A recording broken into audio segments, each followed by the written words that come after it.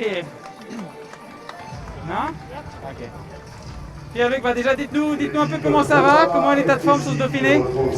Écoutez, ça va, de mieux en mieux. J'ai eu des soucis de santé en début de saison, j'ai pas pu exploiter mon potentiel physique au maximum et le fait de pouvoir faire une course World Tour d'une semaine, ça me permet de continuer à progresser vers les objectifs de fin de saison. Voilà, j'ai annoncé que c'était ma dernière, j'aurais voulu que ça se passe un petit peu mieux au début, mais c'est en train de tout se remettre en place et je vais essayer de profiter au maximum sur le Dauphiné de ces 2 journées indinoises et puis de toutes les courses auxquelles je participerai jusqu'à la fin de saison. On sait que vous êtes quand même un attaquant, mais est-ce que vous allez essayer aujourd'hui? Est-ce que c'est un peu dur? Non, c'est vrai que ça aurait été une étape intéressante.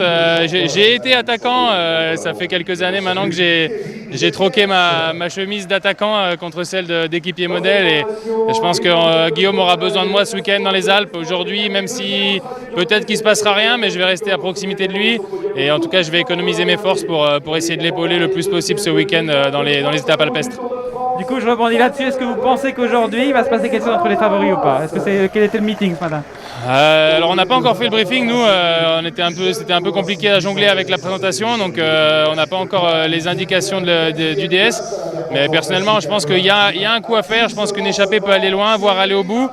On va vite le voir au départ si ça se bat un petit peu pour prendre l'échappée. Je crois qu'on part, de ce que je vois, on devrait partir vent d'eau. Donc ça va influencer un petit peu le départ de course. Ça va être très rapide, ça va être plus compliqué de créer un groupe solide, on va dire. Et je pense que c'est vrai que ça va être une étape un peu transitoire avec les Alpes qui commencent demain. Je pense que les leaders vont un petit peu s'observer aujourd'hui. Et je pense qu'ils vont, comme je l'ai dit tout à l'heure pour mon cas, en tout cas, ils vont essayer d'économiser leurs équipiers pour ce week-end et essayer de faire des gros écarts ce week-end. On n'est vraiment pas à l'abri que l'échappée du jour aille au bout. Ouais. Je pense que ça peut être un des scénarios de l'étape. Ouais. Alors juste une dernière chose, est-ce qu'il y a quelqu'un chez Cofidis qui a une carte libre pour essayer d'aller dans l'échappée? On n'a pas encore défini, mais je pense qu'un Benjamin Thomas ou Anthony Pérez, c'est une étape qui peut leur convenir. Voilà, on va voir aussi, on a une équipe assez jeune avec des coureurs comme Harrison Wood, Eddie Finet, Axel Zing, qui sont des coureurs plein de talent, mais à qui on a encore besoin d'inculquer, on va dire, quelques kilomètres d'expérience. Donc on va, je pense, essayer de rester quand même tous solidaires pour ce week-end en cas de défaillance ou de manque d'expérience pour le coup sur les routes des Alpes.